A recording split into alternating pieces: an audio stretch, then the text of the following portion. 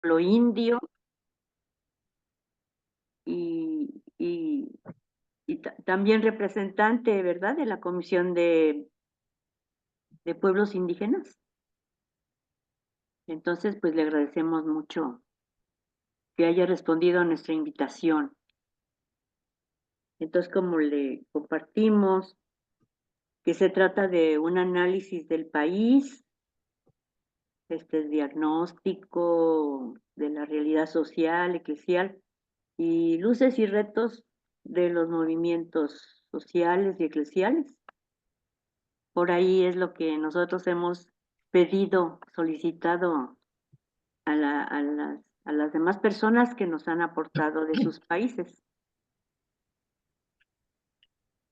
Perfecto. Bueno, en primer lugar, yo les agradezco infinitamente que hayan pensado en mí para ofrecerles este análisis diagnóstico, ¿no es cierto?, de la realidad del Ecuador.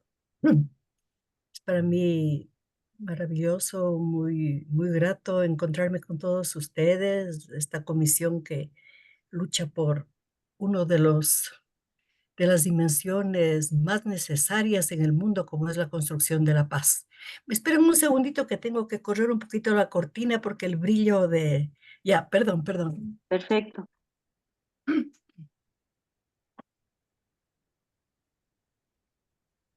Espero que allá esté mejor.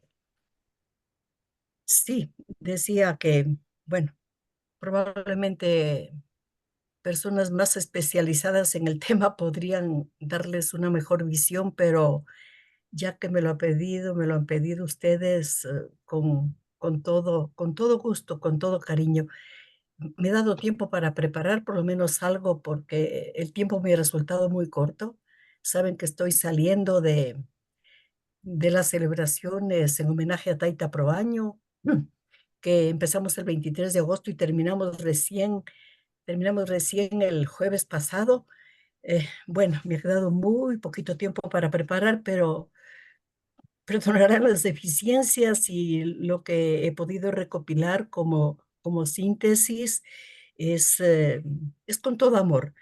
Pero bueno, a este diagnóstico de la realidad que me han pedido, yo le he añadido la cuestión económica, que para mí es fundamental, y también el análisis de lo que pasa con las naciones originarias. Porque, bueno, dentro de mi trabajo, de mi quehacer, es el que vertebra mi vida. Allí están mis sueños, allí está mi corazón. Y además de eso, es una realidad muy palpable, muy visible en el país y creo que en el continente. Bueno, eh, he puesto así la realidad económica, política y social. Todos los organismos internacionales nos dicen que Ecuador está en el último puesto en América Latina si se analiza desde el punto de vista de crecimiento económico. El Fondo Monetario Internacional nos da la cifra de que este año el Ecuador crecerá al 0,1%. El Banco Mundial dice al 0,8%.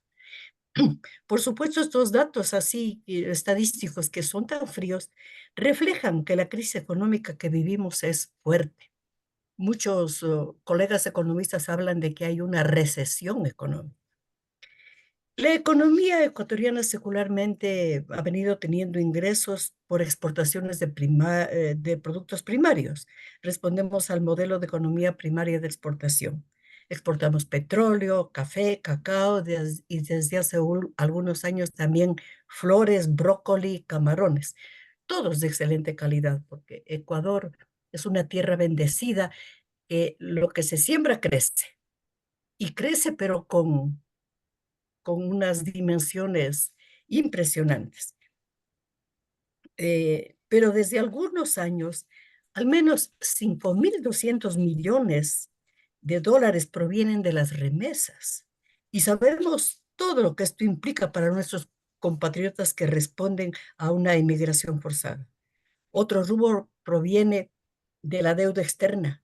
Este año vivimos de un endeudamiento agresivo, sobre todo con el Fondo Monetario Internacional.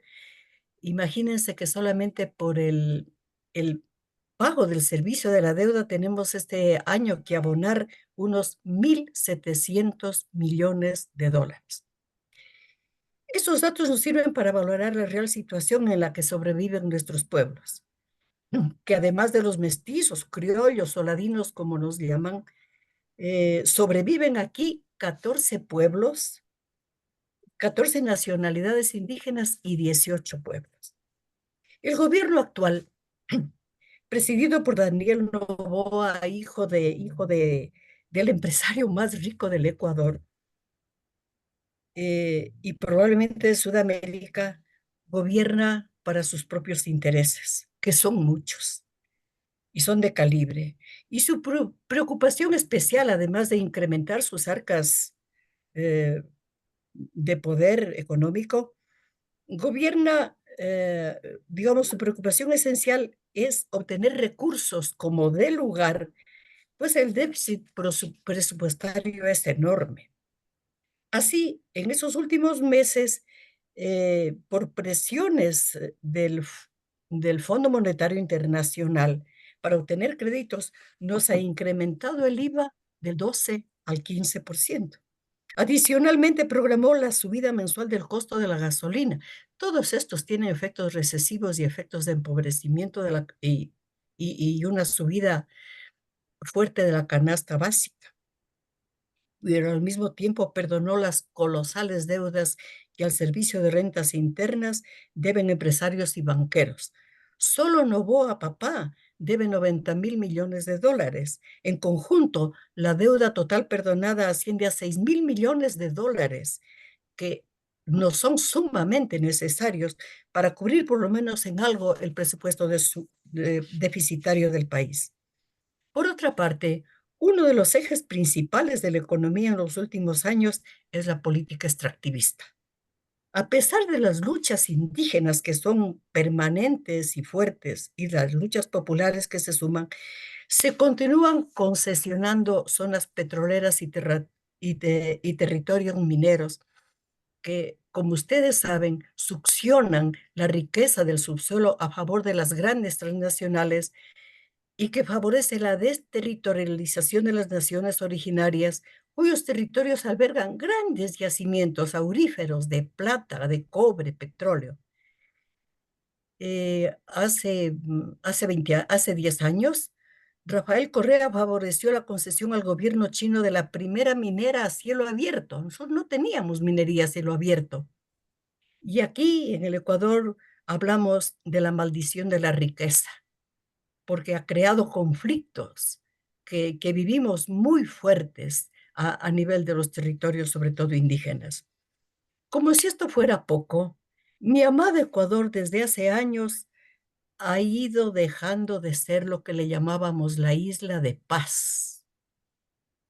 De este calificativo lo pregonábamos y nos sentíamos orgullosos, porque mientras las luchas sangrientas y la violencia vivía Colombia y Perú, nosotros vivíamos en completa paz y seguridad. Con la dolarización impuesta en el año 2000 a raíz del feriado bancario, el corralito, llamado corralito en Argentina, nos esquilmó a todos. Y no solo produjo la primera y gran fuerte oleada de emigración del país, salieron del país entonces cerca de 1.500.000 ecuatorianos a España, a Estados Unidos y el resto del mundo, sino que también eh, eh, fue la instauración como eje central del país el narcotráfico, que ha ido creciendo desde entonces. Y en este último año nos ha convertido, digo yo, al Ecuador en un estado fallido, ya que su poder es incontrolable. En enero de este año, Noboa lleva en el poder, no lleva un año todavía en el gobierno. Noboa declaró al Ecuador, al país entero en guerra interna contra el narcotráfico, lo que condujo una cantidad de problemas internos de seguridad y de todo a los que nosotros no estábamos acostumbrados. Dice tener un plan Fénix para enfrentarlo, pero cada día vamos constatando cómo el narcotráfico ha permeado y permea el ejército, la policía, la política. Es como si viviéramos dominados por la narcopolítica, pues las grandes bandas instaladas, vinculadas a los poderosos carteles de México y Colombia, se disputan el control de barrios y ciudades, especialmente los fronterizos y, y los territorios vecinos a los puertos, por donde se da la exportación ecuatoriana. También ha penetrado el Consejo de la Judicatura, el Poder Judicial, el Poder Legislativo, y sabemos que gran cantidad de la droga sale vía marítima y precisamente sale camuflada en los buques bananeros, cuyo exportador principal es precisamente el Emporio Novoa. Por otra parte, se ha instaurado en nuestro país el terror. Ahora hablamos como si fuera algo ya casi normal de sicariato, de vacunas. A diario se crecen los homicidios, las bandas criminales, la delincuencia organizada.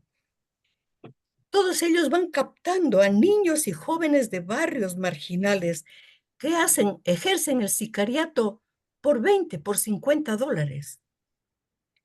Desde enero vivimos con declaratorias sucesivas de estados de excepción.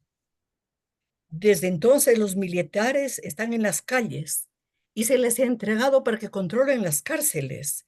Y en su interior han encontrado suntuosas infraestructuras creadas que están en disputa.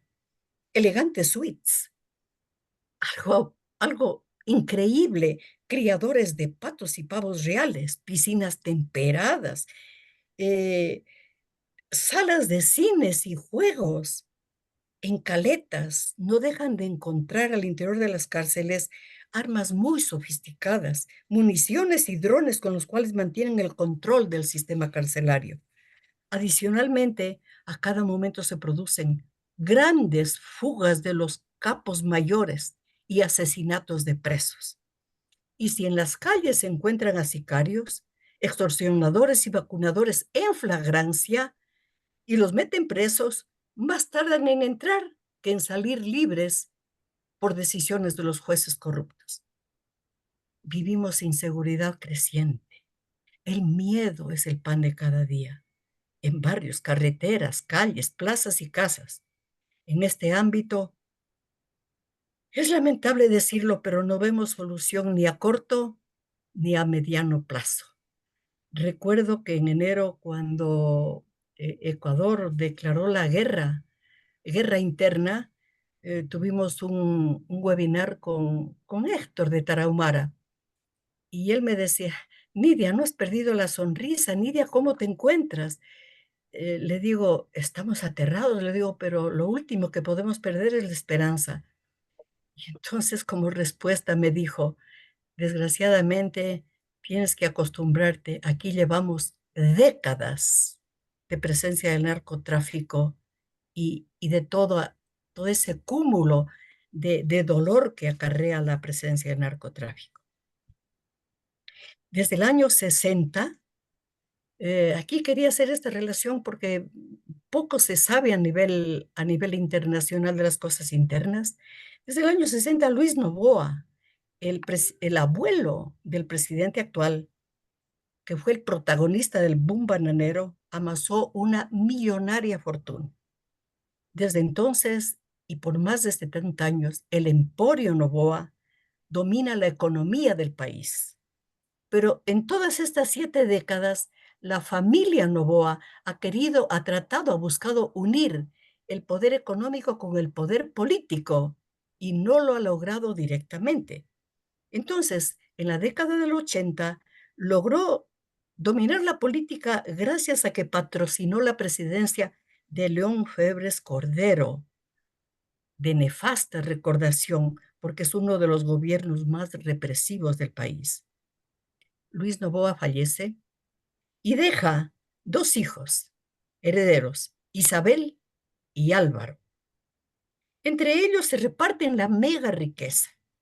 Álvaro, papá del actual presidente, 5 veces se presentó a elecciones, pero nunca pudo llegar al poder. Eh, Todos hacíamos mofa de su presencia en las candidaturas presidenciales porque no tenía ningún tipo de capacidad, ni siquiera para presentarse en público. Isabel, la hermana de Álvaro, por su parte, se constituyó en la primera gran financista de poder llegar al poder gracias a que apoyó a la Revolución Ciudadana para que llegue Rafael Correa. Pero en la actualidad, es la primera vez que Daniel, el hijo de Álvaro, nieto del magnate, fue elegido y logra el sueño deseado, unir el poder económico y el poder político. Su partido es un partido familiar. Su mamá actualmente es candidata a la primera candidata a la Asamblea Nacional. Se trata de una especie de monarquía, digo yo. Con Daniel regresó a dominar en el país el capital agroexportador.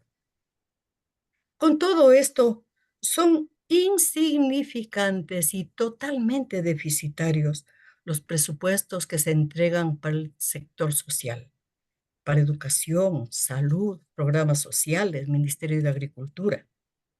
La desnutrición crónica infantil crece, los hospitales sin medicinas ni médicos, la seguridad social en bancarrota. Se prevé que a corto plazo llegará el recorte para las pensiones de jubilados. Este septiembre que se iniciaron clases en la Sierra y en la Amazonía ecuatoriana, estamos en la segunda semana, hay cantidad de unidades educativas que aún no se pueden abrir porque no tienen la infraestructura necesaria. Y aún falta de nombrar 2.600 profesores para que se hagan cargo de escuelas y colegios. Pero hay más. A la crisis económica que soportamos se suma la crisis alimentaria en las comunidades indígenas lejanas y en los barrios marginales, porque eso es descomunal. El desempleo es campante. Los jóvenes no encuentran trabajo y por eso la emigración por el Darién crece cada día, como crece la desnutrición crónica infantil y el hambre. Se suma a esto que estamos al borde, ya estamos sufriendo una crisis energética a nivel nacional, que si bien conocemos que es fruto del cambio climático, el actual estiaje es severo, estamos, estamos ardiendo por presencia de incendios voraces, que por ejemplo en Loja, mi provincia al sur del país, eh, se quemaron 10.000 hectáreas de terreno. Se debe al estiaje, digo yo, pero sobre todo a la inoperancia de este y los gobiernos anteriores que no se han preocupado y tampoco han asumido la producción de fuentes alternativas de energía. En este ambiente, en este ámbito de la crisis energética hay datos que son aberrantes. Para colmo, estamos en proceso electoral. De nuevo, en febrero del próximo año iremos a nuevas elecciones. El proceso en el cual se activa la política partidista que trata de pescar como sea a río revuelto la presidencia. Uno dice, ¿para qué? Si Ecuador está en bancarrota y es un estado fallido. La disputa entre la llamada izquierda y la derecha no cesa.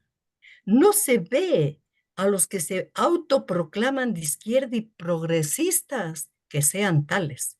Al final, unos y otros son populistas y se hallan manchados o al menos salpicados con por el narcotráfico y sus planes o propuestas de gobierno son únicamente del uno y el otro lado para administrar de diferente manera el capitalismo y usufructuarlo de acuerdo a sus intereses. Por decir, proponen una cantidad de reformas, pero nuestro país, yo creo que el mundo entero no necesita reformas, sino de cambios profundos, de cambios estructurales. La papeleta electoral constará de al menos 16 candidatos a la presidencia de la República. Es una cosa aberrante de lo que también se ha desinstitucionalizado la partidocracia. Y únicamente somos 13 millones de votantes en medio de 18 millones de ecuatorianos. Esos absurdos vivimos. Bueno, paso a la realidad eclesial. Puedo responder a preguntas después. En lo que respecta a la realidad eclesial, desde hace décadas, bueno, décadas, yo creo que son siglos, pero actualmente vivimos la profundización de la cristiandad, realidad en la cual sabemos se prioriza y se fomenta el cumplimiento de preceptos, la sacramentalización, la religiosidad y piedad popular, y no se prioriza la vivencia de un evangelio liberador. Ya son 36 años de que Monseñor Proaño retornó a la casa del Padre, y desde entonces carecemos de una voz profética que denuncie el pecado estructural, que haga una opción clara y definida por los pobres y por la pobreza. No tenemos una iglesia, un rostro de iglesia, al menos en una diócesis de una iglesia pobre y desprovista de poder. No hay ni un solo pastor que acompañe y sirva a sus ovejas y no se aproveche de ellas, de su lana y de su carne, como lo denuncia el profeta Ezequiel. Quedó trunco el avance de una pastoral indígena que gracias a la acción pastoral liberadora de Taita Proaño iba naciendo lentamente. Pastoral propuesta en la apuesta que hacía Monseñor Proaño de caminar con los dos pies, un pie en la fe y otro pie en la política. Actualmente de nuevo se trabaja en una pastoral indigenista, no de los indígenas, sino para los indígenas. En todo sentido, Monseñor Proaño en realidad representa la ruptura. Y como dijo, perdonen que me olvidé el nombre de un sacerdote dominico, Miguel Álvarez nos lo presentó. No recuerdo el nombre, Miguel. A ver, está sin el microbio. Dime la frase y me acordaré quién. Gonzalo, Miguel Concha, Raúl Gonzalo, Vera, Gonzalo. Gonzalo. Precisamente Gonzalo nos hizo un análisis precioso de la acción pastoral de Monseñor Proaño y él nos decía y nos subrayaba, Ah, sí, es que gracias a Monseñor Proaño cambió el lugar teológico de la casa del hacendado a la choza del indígena. Bueno, hasta hace poquito dominada por la presencia omnímoda del Opus Dei, la Iglesia Poder, que llama BOF, mantiene una acción funcional a favor de la derecha conservadora y de los gobiernos y los poderes de turno. Proliferan los grupos carismáticos, espiritualistas, intimistas. Aquí en el Ecuador es increíble, pero crece un llamado grupo Juan 23. Se llama Juan 23, pero es un grupo carismático de lo más conservador posible y está ocupado por muchísimos sacerdotes párrocos y asimismo va creciendo la presencia de cristianos, que es una parte de la iglesia protestante, diría yo, y también crecen otras sectas. En el Ecuador ha sido imposible hasta ahora desarrollar un ecumenismo, menos aún un macroecumenismo. Las iglesias evangélicas como luteranos y anglicanos tienen una presencia muy marginal, eh, silente, sobre todo luego de que salió el CLAI del Ecuador. A pesar de los llamados actuales de convertirse nuestra iglesia en una iglesia sinodal, no se ve ningún esfuerzo aquí en el Ecuador por construirla. La iglesia no se abre a la participación del laicado. Para muestra solamente les digo un hecho. Estamos en plena realización del 39 Congreso Eucarístico Internacional que se inició ayer. El documento base fue concebido y planificado por un responsable general del Congreso delegado del cardenal arzobispo y con el apoyo, ellos dicen que eso ha sido ya lo máximo que han logrado, con el apoyo de 4 sacerdotes jóvenes. Y por ejemplo, en la misa de ayer, que fue una misa campal y que declaró el arzobispo que se daba en el Ecuador, en Quito, la única misa, las demás parroquias no tuvieron misa. Digo, lo central en esta misa inaugural fue el hecho de que 1.600 niños hicieron la primera comunión. No pasa de ser una iglesia triunfalista, no pasa a constituirse la iglesia pobre y militante que se conduele de los dolores y sufrimientos de los pobres, de una iglesia que al menos escuche al Papa Francisco, que lea, se haga cargo y difunda de la Laudato Si, de la Lumen Fidei, de Fratelli Tutti, de la querida Amazonía que nos dice tanto, porque nosotros también tenemos un pedazo amoroso y querido de la Amazonía ecuatoriana. Pero hay a pesar de todo, testimonios aislados, marginales, de obispos que se han alineado, por ejemplo, alrededor de la REPAM. Ustedes conocen la Red Panamazónica, que se pronuncian de vez en cuando frente a los graves enfrentamientos de las comunidades frente a la extracción minera. Pero frente a las medidas económicas impuestas por el Fondo Monetario Internacional, frente a la gravísima situación económica que empobrece cada vez más a nuestros pueblos, no hay palabra alguna. A ver, en octubre del 2019 sufrimos gravísimos problemas por la cruenta movilización de pueblos indígenas y de sectores populares frente al decreto de subida de la gasolina en ese entonces. Allí la iglesia, la conferencia episcopal, actuó únicamente como mediadora. Y hasta la fecha no vemos que hay seguimientos a los acuerdos logrados que están en el cesto de basura. Paso rápidamente a la realidad de los pueblos y nacionalidades indígenas. Los pueblos y nacionalidades indígenas en Ecuador mantienen una organización recia, articulada, que se constituye como tal en los años 80. Monseñor Proaño estuvo en la creación de la CONAIE. Y desde entonces, las bases que constituyen las comunidades indígenas responden a toda una estructura organizativa que constituye el tejido social que en la organización central confluyen y resisten más de 5 siglos. Los derechos ancestrales que defienden tierra y territorio, lenguas, identidad y cosmovisión, educación y salud propias, política propia, autogobierno y autodeterminación, espiritualidad ancestral.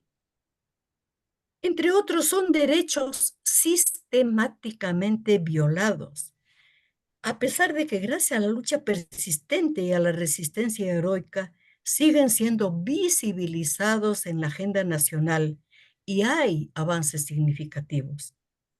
Aunque sea en el papel, hemos logrado, por ejemplo, en 1998, la ratificación del Convenio 169 de la OIT, y en la Constitución del 2008, la Declaratoria de Ecuador como Estado plurinacional y la naturaleza como sujeto de derechos.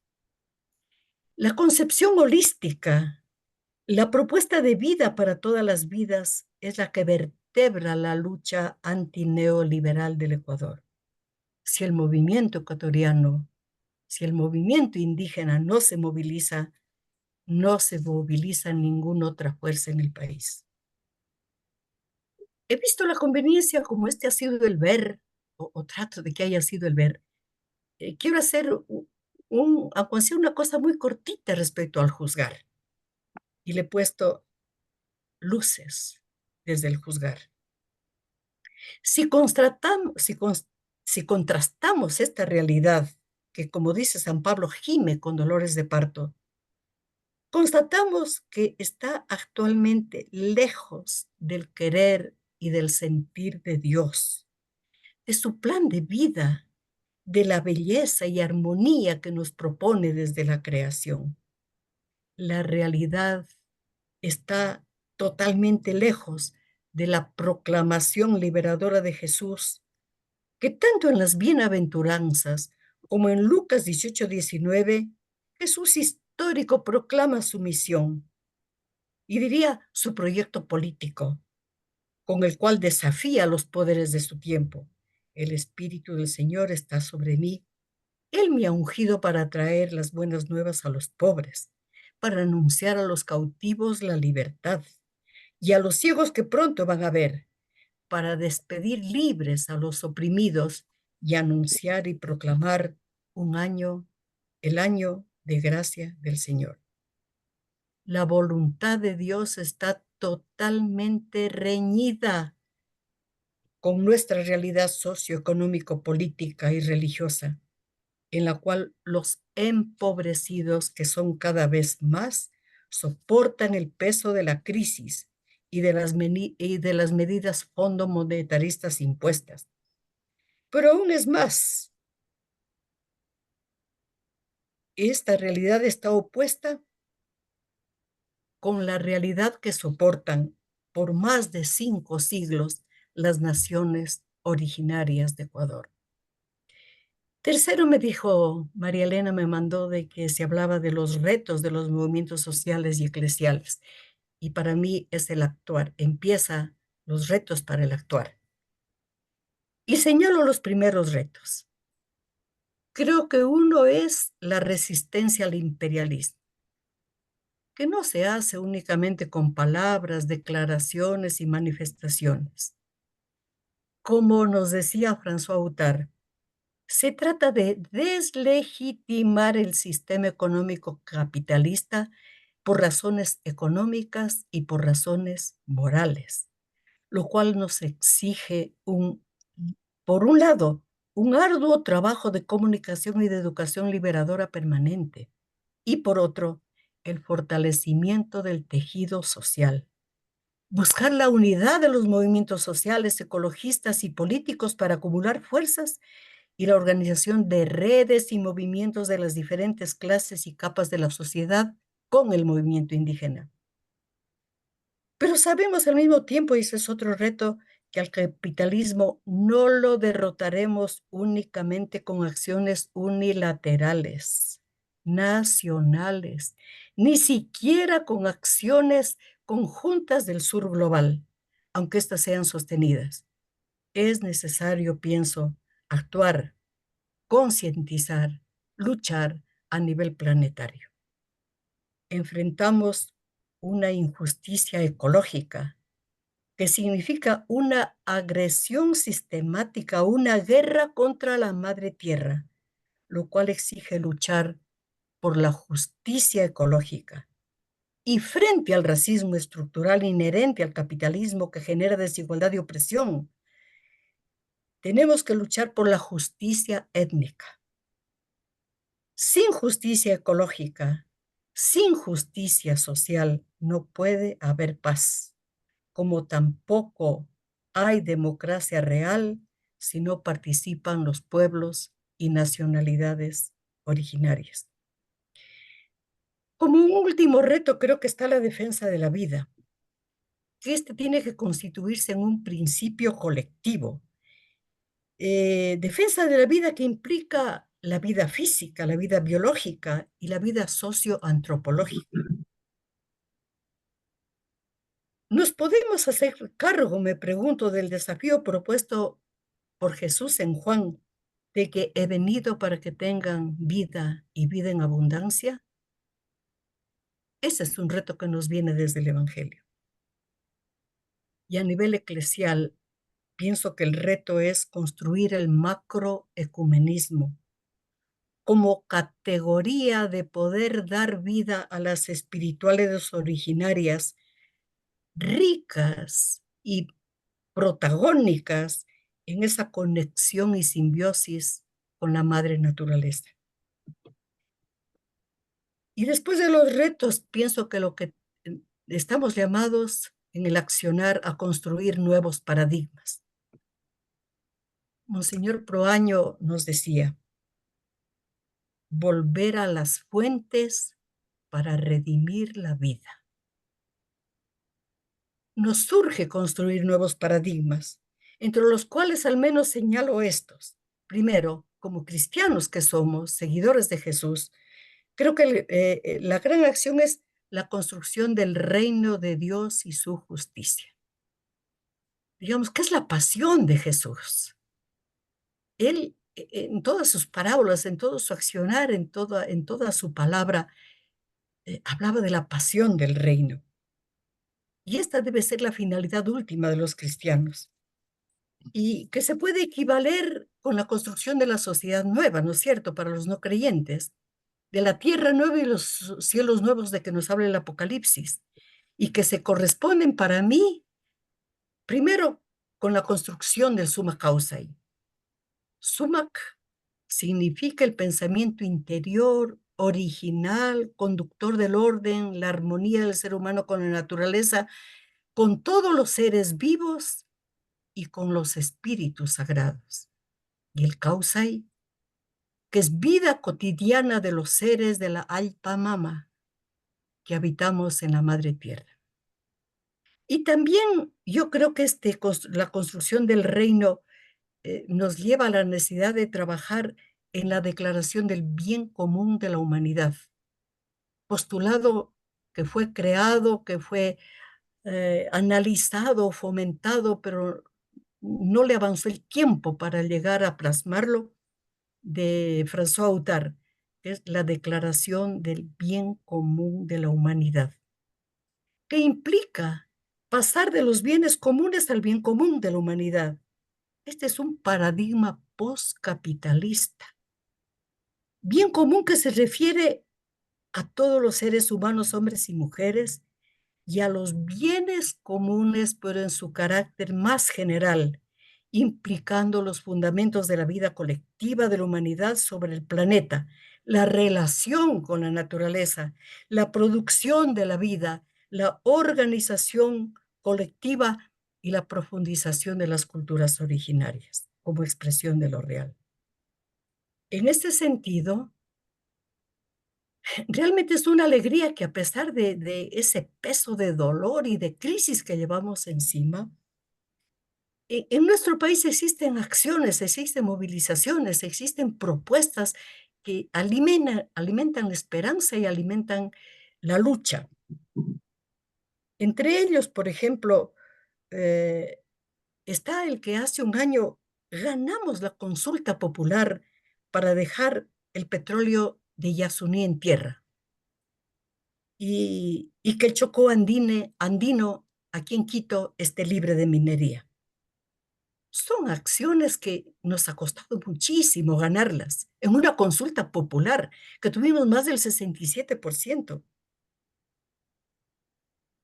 pero que tenía un plazo para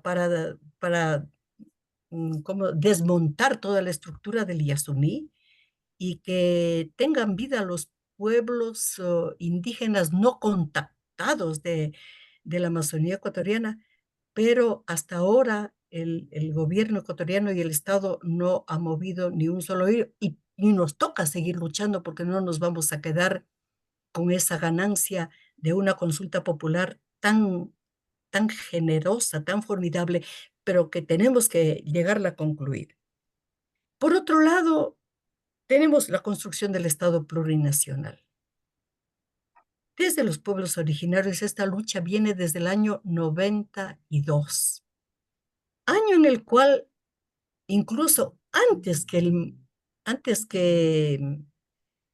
el levantamiento zapatista, se produjo el primer levantamiento de Abya aquí en el Ecuador en el 92. Perdón, en el 90. Y desde allí ya el movimiento indígena tenía en su mandato que se pase de un Estado uninacional a un Estado plurinacional, porque durante más de 200 años de vida constitucional, el Estado y los gobiernos han vivido no solo de espaldas a los pueblos originarios, sino aún en su contra, buscando destruirlos. nos urge la construcción del Estado plurinacional y quizás como paso previo de la interculturalidad, que también requiere sobre todo políticas de Estado. Pero tenemos un modelo precioso que se está desarrollando, que está creciendo, que está siendo vivo en la Amazonía ecuatoriana, que es el Causa Xacha, que traducido se puede llamar la selva viviente. Paradigma de este pueblo originario de la Amazonía que, que considera a su territorio como un territorio de vida vital, destinado para favorecer y elevar las facetas emocionales, psicológicas, físicas y espirituales trascendentales, para tener energía para la salud, para la vida de ese pueblo originario. Ellos ya llevan allí, en la Amazonía ecuatoriana, años ejecutándolo. Uno de los hechos que llamó muchísimo la atención acá en el territorio de la política ecuatoriana fue que, no recuerdo si fue el año pasado o en las elecciones anteriores, sí, desde las elecciones anteriores a las del año pasado, el pueblo originario quichua de Sarayaku no dejó entrar las papeletas de elección a la presidencia de la República, ni al Congreso, ni a nada, porque dijeron, no nos representan, no necesitamos. Entró el ejército, buscó cómo meter las urnas y que se realice allí, porque si no, no se podía realizar el proceso eleccionario nacional el domingo previsto, y ellos se cruzaron de brazos y dijeron, aquí no entran, y no entraron, y no pueden volver a entrar. Este pronunciamiento del Causa Xacha reconoce la dimensión espiritual del territorio sagrado, que es patrimonio de la biodiversidad y cultural en Ecuador. Esto significa a la postre en una declaratoria de zona libre y de exclusión del petróleo. Tengo que hacerles conocer o recordarles que Sarayaku, este pueblo originario, es el primero, creo que en Abya Yala, de haber expulsado a la petrolera de sus territorios. Y después de expulsada, que dejaron sembrado de cantidad de minas antipersonales la petrolera Agip de la Argentina, ellos tuvieron que a propio pulso, ir desminando el territorio para poder sembrar, para poder caminar, para poder vivir. En este caminar, compañeros, compañeras queridas, hermanos, hermanas, nos alimentamos de la propuesta de Jesús, que nos dice en Marcos 16:15, yo creo que es el único evangelista que nos dice, vayan por todo el mundo y anuncien la buena nueva a toda la creación. No dice a todos los hombres, a toda la creación.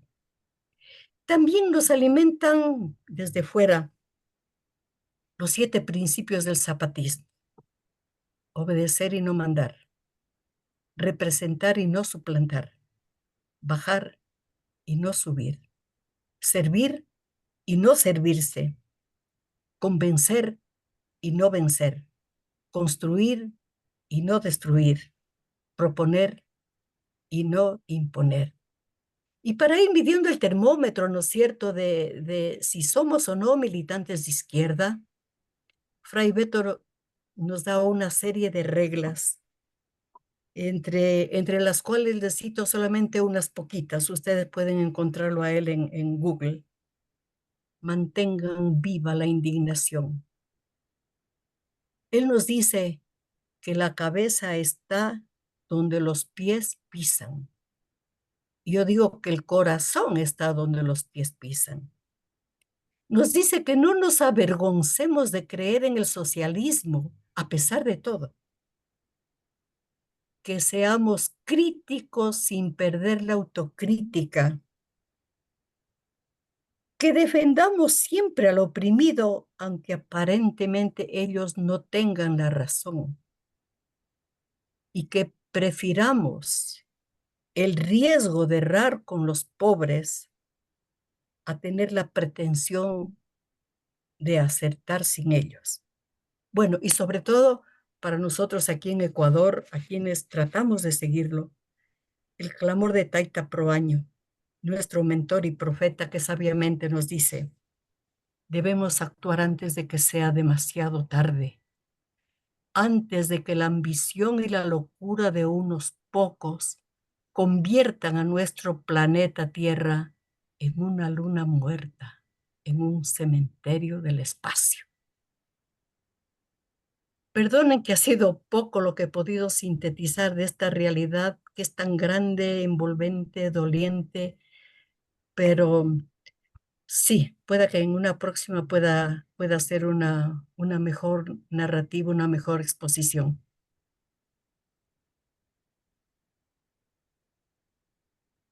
Gracias. Gracias, gracias.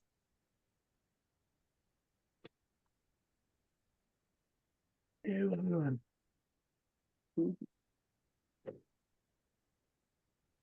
Hildelisa o Miguel, si gustan decir una palabra. Está con el microbio apagado la Hilda Elisa.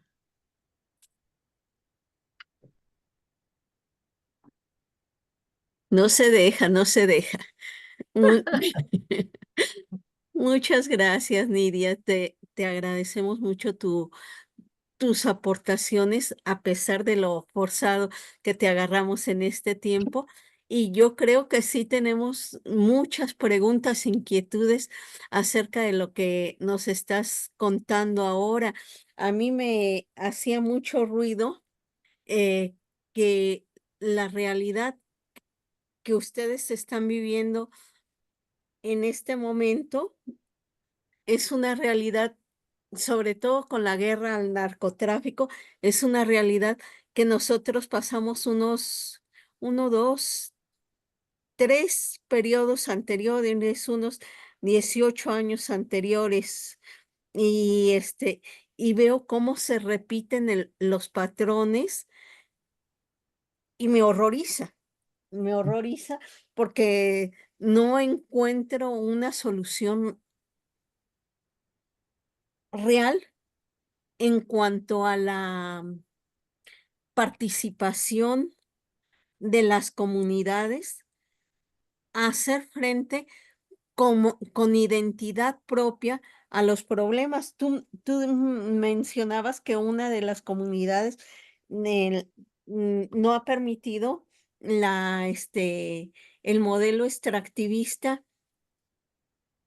en su zona y ni las elecciones. Entonces, digo, eso es lo que nos falta a muchos de nosotros, el tomar esa identidad y dignificación de nuestra persona para, para poder hacer frente a los embates. Yo sí digo que un capitalismo desmedido, que le están, un capitalismo desmedido. Y otra de las cosas que me hace mucho ruido es, en, es conjuntando la plática que tuvimos hace un mes con esta, de que necesitamos entender como comunidad, no como grupo. Yo creo que como grupo lo tenemos muy claro, que que debemos de ser autocríticos. Entonces, bueno, ese es mi comentario en este momento. No sé quién más tenga algo que compartirnos. Ah, una cosa bien importante. Me da mucho gusto verte, aunque sea así a la distancia. Un gran abrazo. Gracias, Elisa, querida. A mí también me encanta verte. ¿Alguien más? Nidia, yo tenía como la inquietud. Si bien Mariela. es Sol. Sol. Sol. Y Si luego María. bien son fuertes el movimiento indígena, ¿cierto? De allá del Ecuador, con la CONAI y todo esto.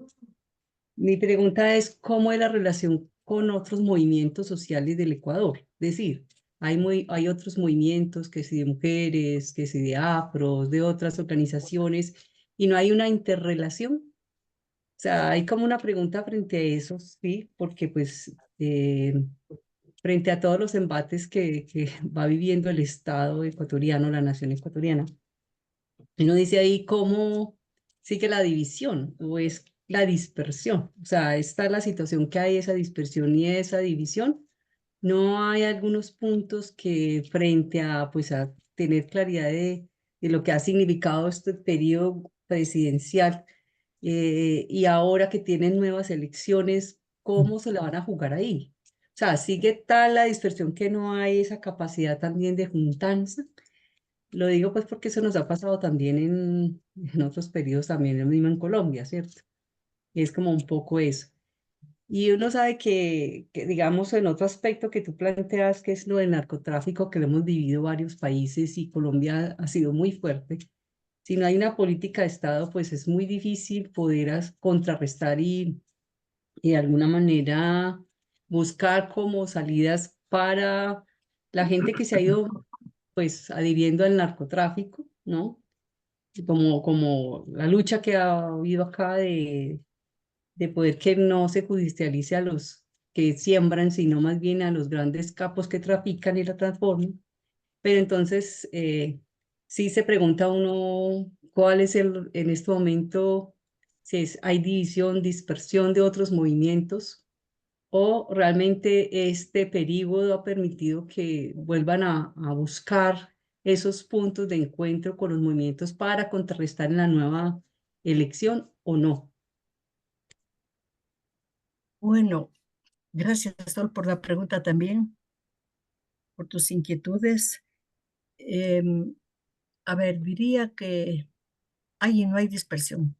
O sea, desgraciadamente, como les he narrado, la gran fuerza organizativa, consciente y movilizadora es el movimiento indígena. De lejos,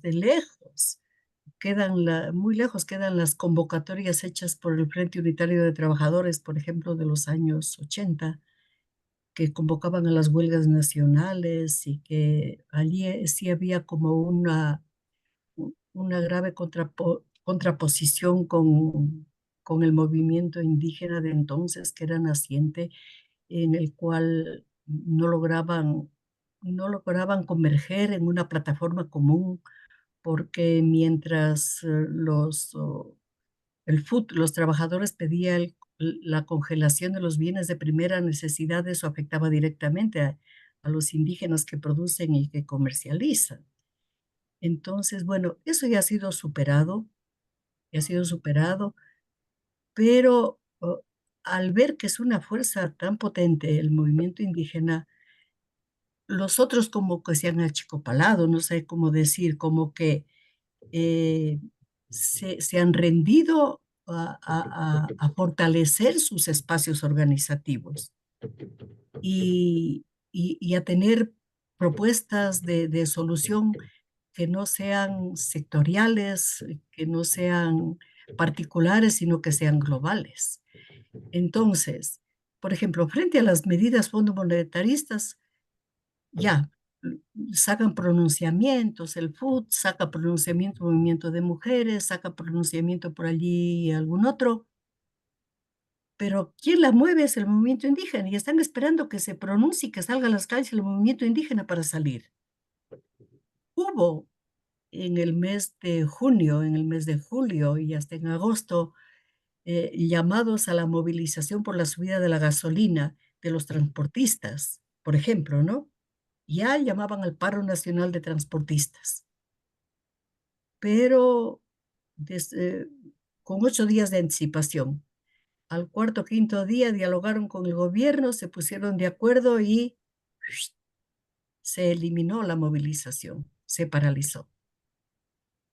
Bueno, y así con tantas otras demandas. Por ejemplo, actualmente el movimiento de mujeres está también en una lucha muy tenaz porque, eh, bueno, en Argentina Milei ha tenido la osadía de eliminar el organismo a favor de la mujer. Aquí en Ecuador creo que todavía no se atreve a eso Noboa, pero sin embargo ha reducido totalmente la ayuda para favorecer todo el trabajo que llevan adelante las feministas en cuanto a atención primaria a, a todos los niveles de la problemática de género de la mujer ecuatoriana. Y, por ejemplo, no tienen tampoco la fuerza suficiente como para llamar a una huelga, para llamar a una movilización nacional. No. Em, Lamentablemente, en esta época también el movimiento indígena eh, se, ¿qué diría yo? Como que se ha enfrascado, ¿no es cierto?, también en el proceso electoral. El presidente de la CONAIE es candidato a la presidencia de la República y se halla en campaña. Entonces, como se halla en campaña, tampoco tiene, digo yo, la libertad de decir se hace levantamiento indígena, porque sabe que si hace levantamiento indígena los votos le disminuyen. Y no creo que tampoco, como tal, Leonidas Issa vaya a tener una cantidad fuerte de votos, porque el racismo también en el Ecuador es muy fuerte y porque su propuesta de gobierno tampoco es llamativa. O sea, se alinea él con una pseudoizquierda también, pero no responde a los propios principios indígenas y eso es grave, porque allí se desgasta en cambio la propuesta indígena. Desde el año 86, aquí en el Ecuador se creó el movimiento político Pachacuti, que ustedes deben conocer, ¿no es cierto? Que ha venido actuando en el proceso eleccionario y que responde a la política partidista. Pero desde el 86, perdón, 96, pero desde el 96 hasta ahora ha habido un desgaste muy fuerte. Y por supuesto que hay cantidad de alcaldes indígenas, hay cantidad de consejeros y concejales indígenas, prefectos que han sido elegidos por votación popular en sus territorios, pero se han dejado cooptar por el proceso occidental de la llamada democracia.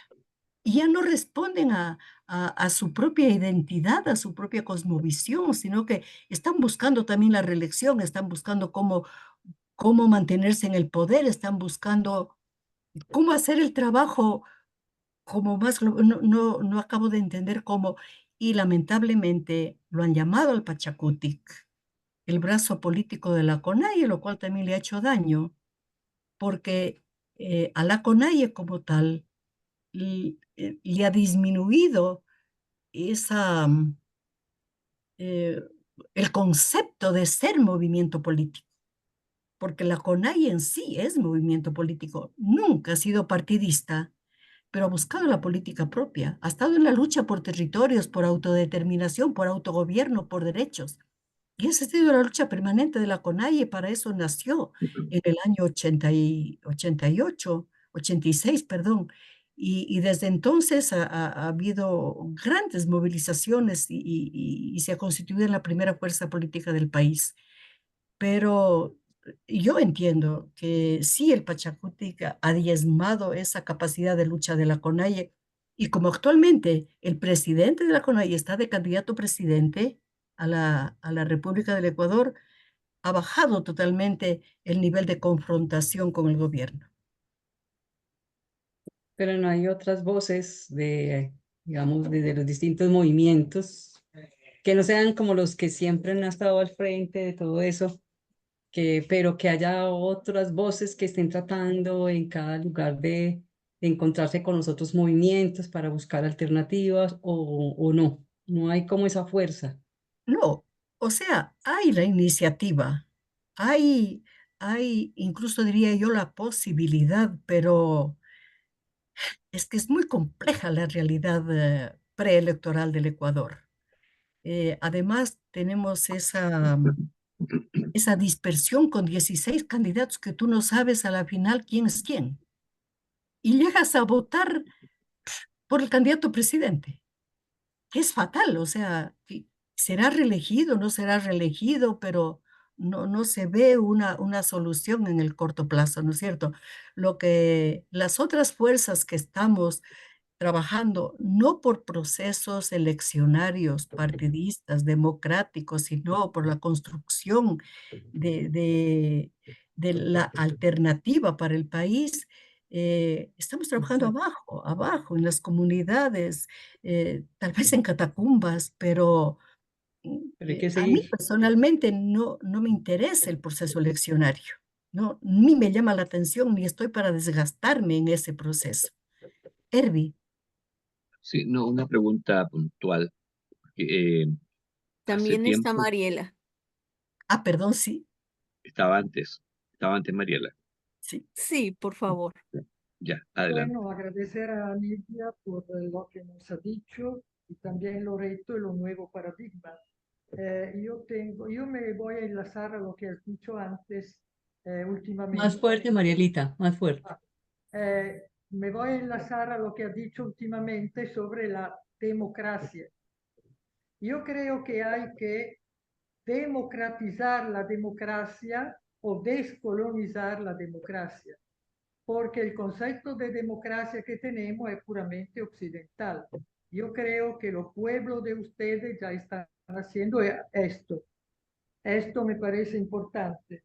La otra cosa sobre el narco, yo pienso que el capitalismo con la nueva cara del neofascismo que está imperando en el mundo y como dice el Papa Francisco, que tiene miedo siempre de la extrema derecha porque es centrípeta, porque piensa solamente en sí misma, y viendo también lo que pasó últimamente en Venezuela, la nueva estrategia del capitalismo salvaje son los ciberataques. O sea, hacen guerra en algunos sitios sin bala, ¿no? En otros sitios, obviamente, ya sabemos, Palestina, Ucrania, bueno, sabemos, ¿no?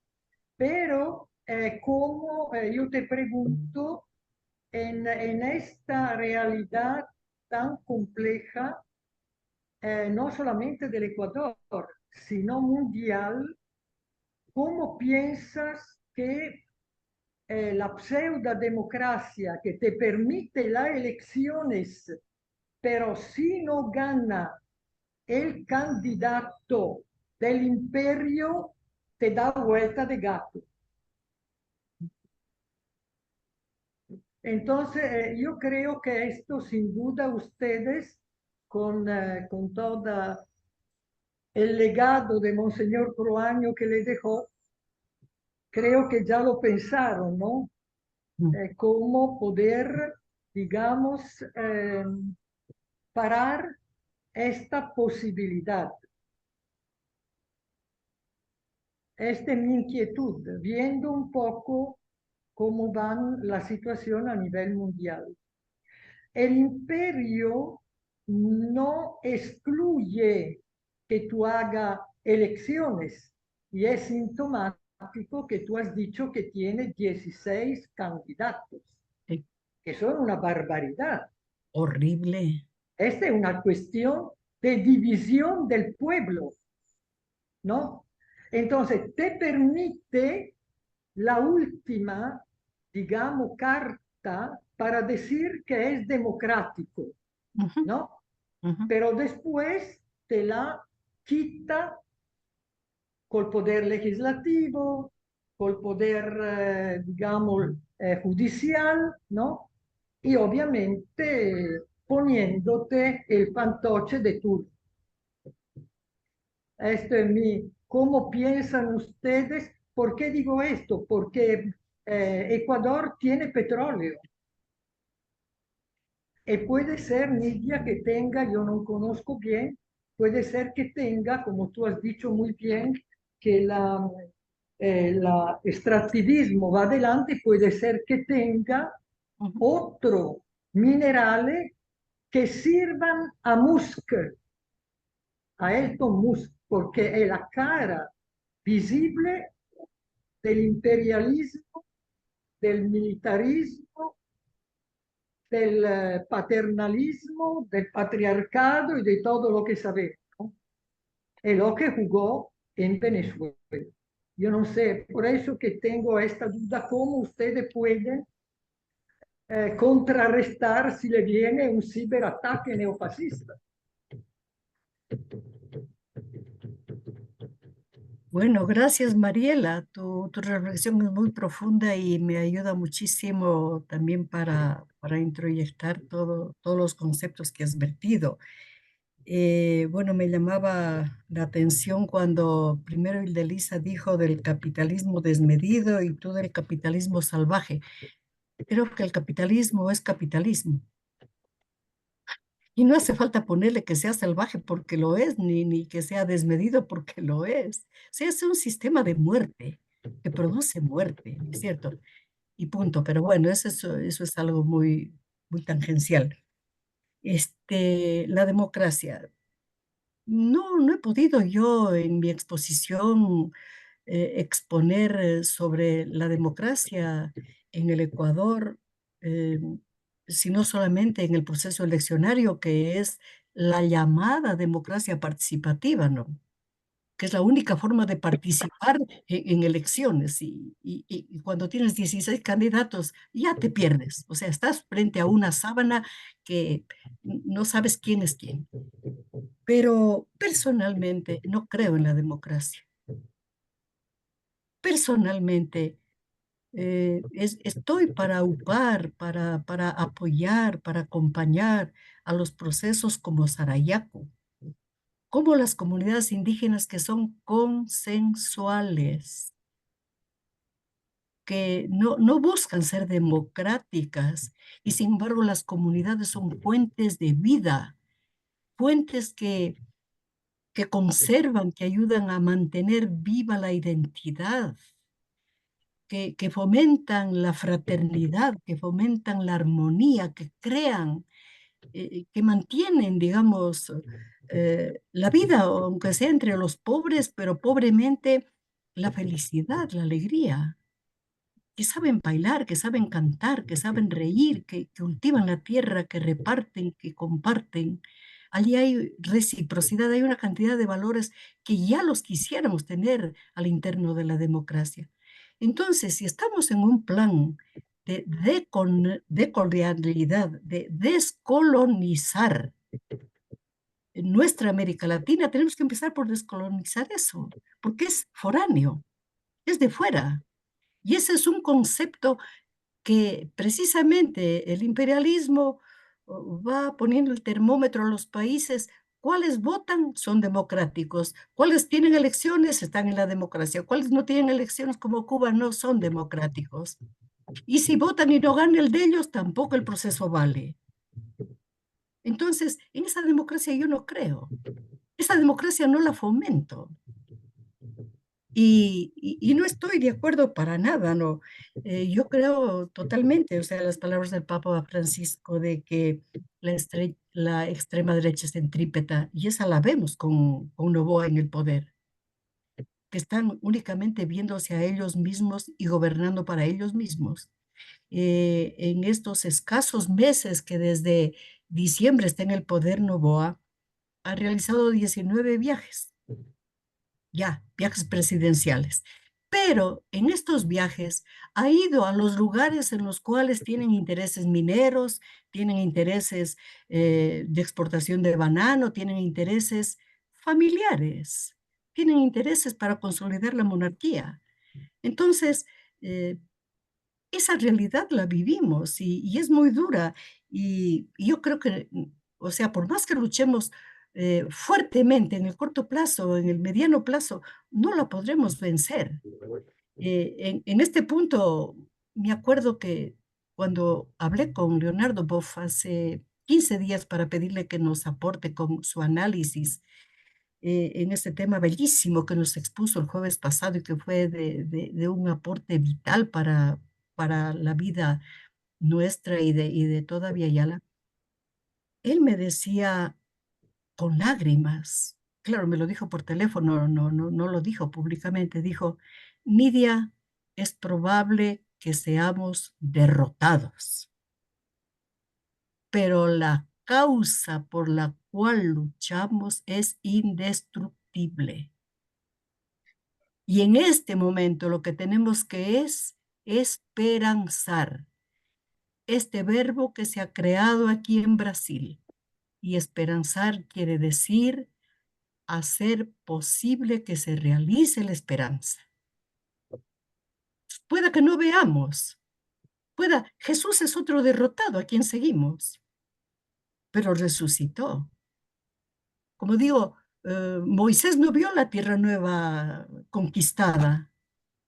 Gandhi tampoco, o sea, los grandes han luchado y por eso no dejaron de luchar. Entonces yo creo que allí está nuestra fuerza, nuestra terquedad y nuestra resiedumbre, querida Mariela. Muchas gracias, Nidia.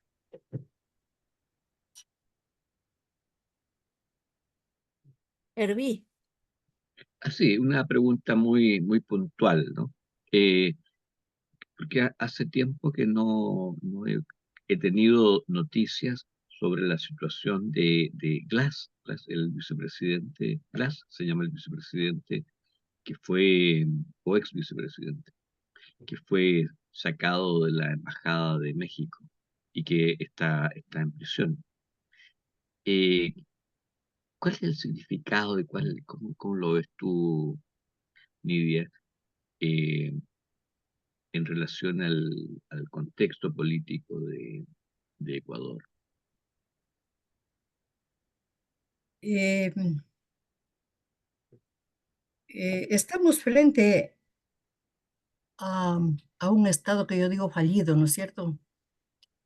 Que es horrible decirlo, pero es como que lo constato. Y por supuesto que el Poder Judicial en el Ecuador es uno de los primeros que tratan de cooptar todos los gobiernos. No excluyo a ninguno, no excluyo, porque en la década de Correa también el Poder Judicial trabajaba para el gobierno de Correa. Y allí tuvimos cantidad de mujeres indígenas, de hombres, de líderes sociales criminalizados y metidos a la cárcel y enjuiciados. Hace 2 años se terminó un juicio contra 10 mujeres araguros que salieron a defender el agua a la carretera. Pero bueno, Glass está, a ver, sometido, ¿qué digo?, a un proceso judicial y personalmente, bueno, no soy abogada, conozco algo de leyes, pero eh, tiene una sentencia todavía por cumplir, que creo que la cumple en 3 años. Y claro, salió con licencia o algo así, como hacen esos trámites para no seguir en la cárcel pública, sino seguir preso en la casa, prisionero en la casa. Y precisamente porque como que se avisoraban movimientos al interior de la realidad política del Ecuador, él se fue a refugiar en la Embajada de México, de donde fue sacado, ¿no?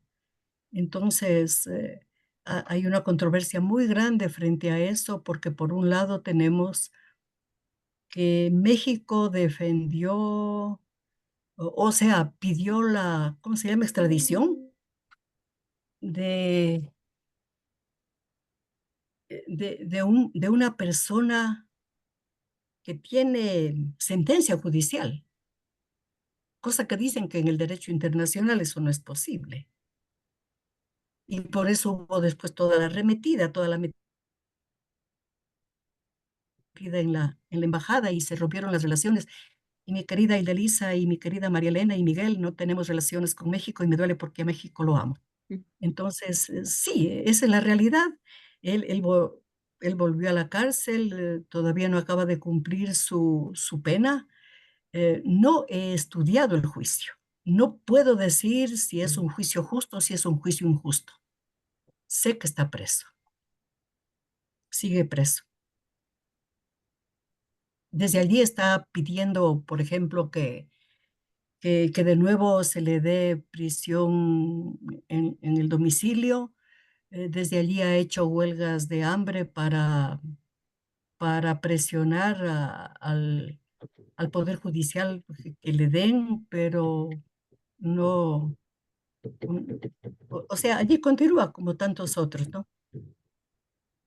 Eso, Herbie. Gracias. Gracias. Miguel.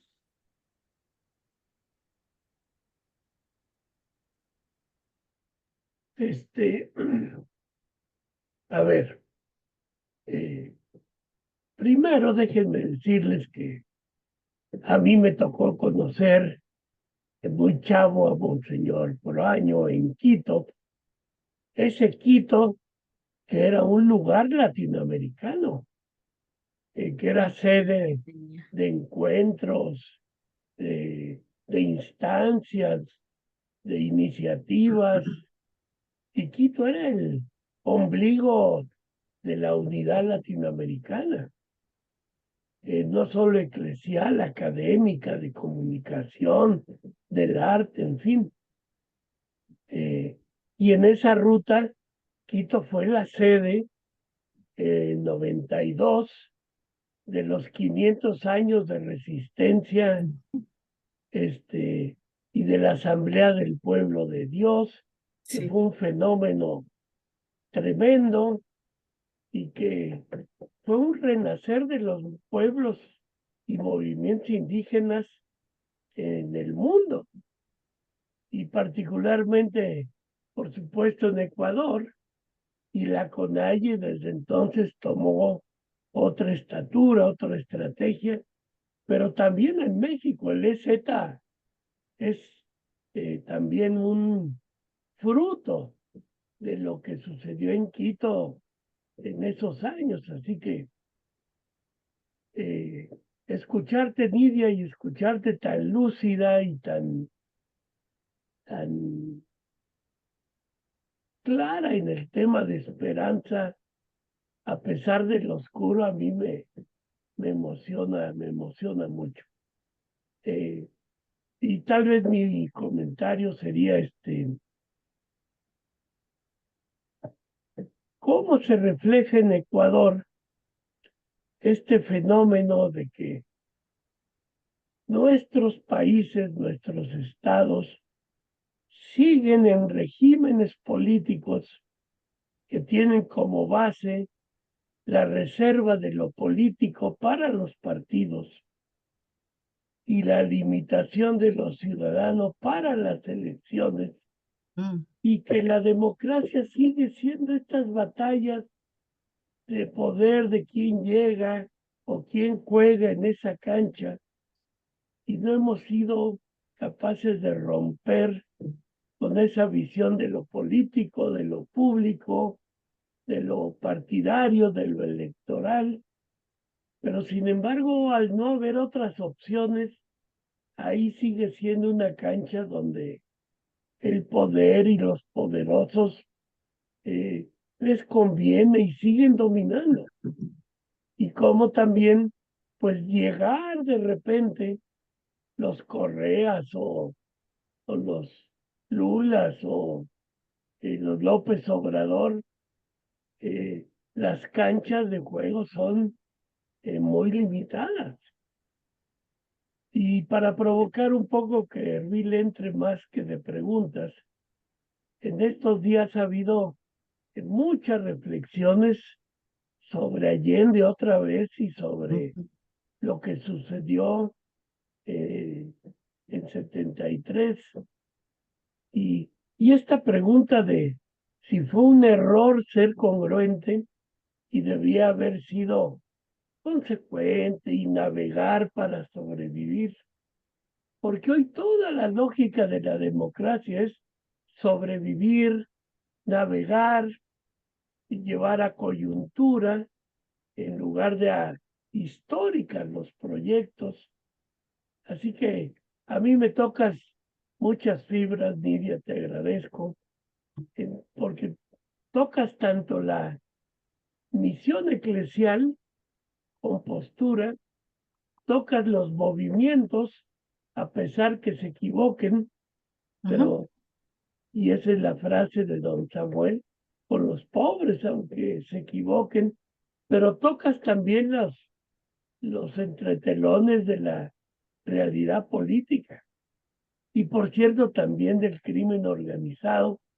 Pero ahí yo me animaría a decir, creo que Colombia es prueba de que aunque el crimen organizado se convierte en un actor fáctico que se mete a la vida política y a la lucha política y a la historia de las clases y de las organizaciones, al final el crimen organizado no alcanza a distorsionar la lucha en términos profundos y de clase. Y hoy el proceso de paz cuenta con el crimen organizado, pero no está centrado en él.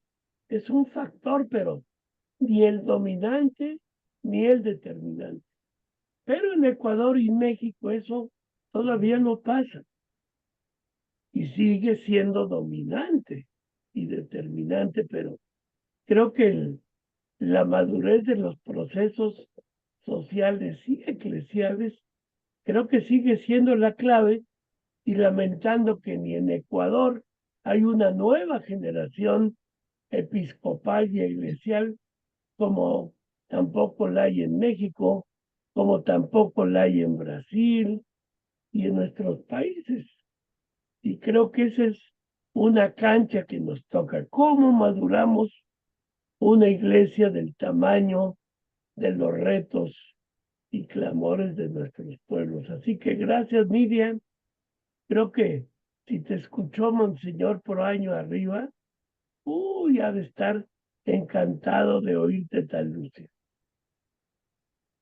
Gracias, Miguel, eres muy generoso y tus palabras y las palabras de todos quienes han hablado esta tarde constituyen para mí también un compromiso, porque la coherencia, la fidelidad son valores que cuestan sacarlos adelante, sobre todo en estos momentos oscuros, en estos momentos de crisis tan intensas.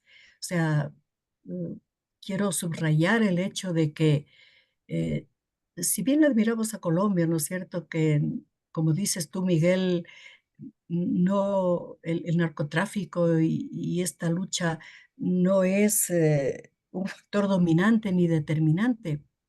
Sin embargo, aquí en Ecuador, como es tan actual, o sea, tan sorpresivo como que nos cayó como una bomba, como un diluvio, como un incendio, creo que todavía no estamos en capacidad de visualizar y de reaccionar.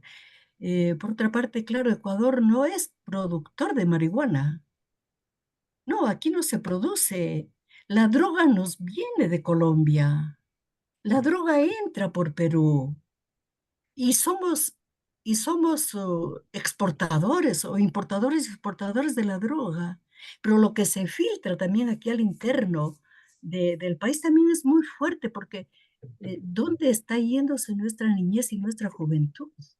Es terrible, porque eso es doloroso, ni siquiera lo he dicho, porque en las puertas de escuelas y colegios se vende la droga como vender caramelos. Y una vez que los niños están drogados, ya son fácilmente presas también de convertirse en sicarios, como decía yo, por 20, por $50, ¿no?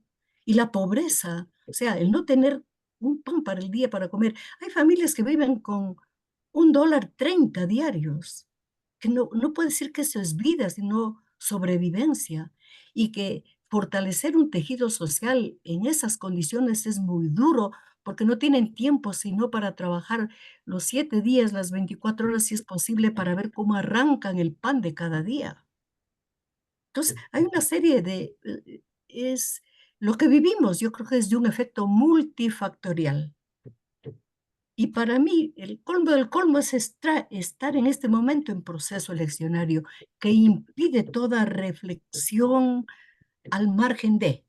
A pesar de eso, nosotros en este aniversario precisamente tuvimos 2 encuentros nacionales y se ve que la gente está, o sea, los compañeros, las compañeras, las comunidades están como deseosas de nuevos espacios de reflexión y de esto al margen del proceso eleccionario, porque cuando convocamos, por ejemplo, para nuestro encuentro nacional por el aniversario de Monseñor Proaño, que tituló Realidad y desafíos, ¿hacia dónde vamos?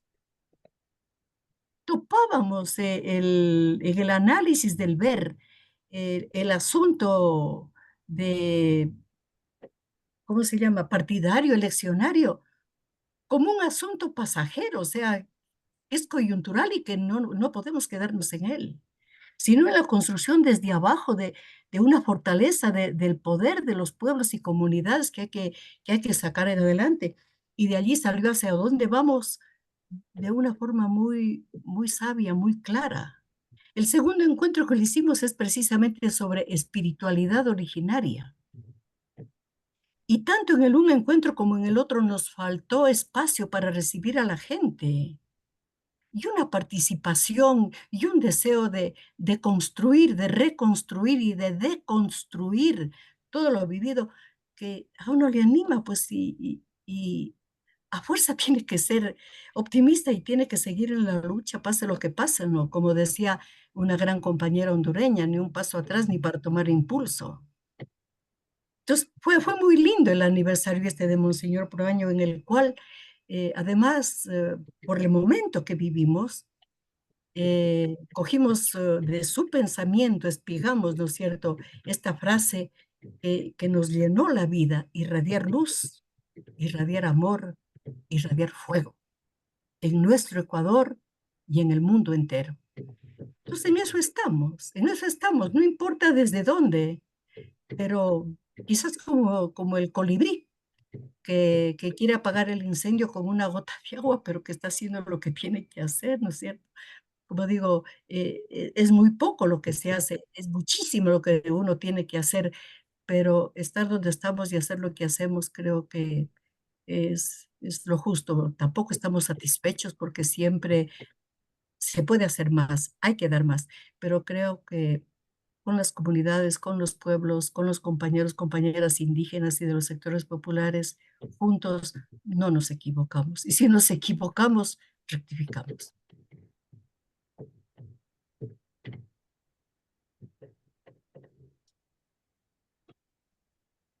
Muy- Muchísimas gracias, Nidia. sí. No sé si tengamos alguna otra aportación. Mm, Te damos las gracias.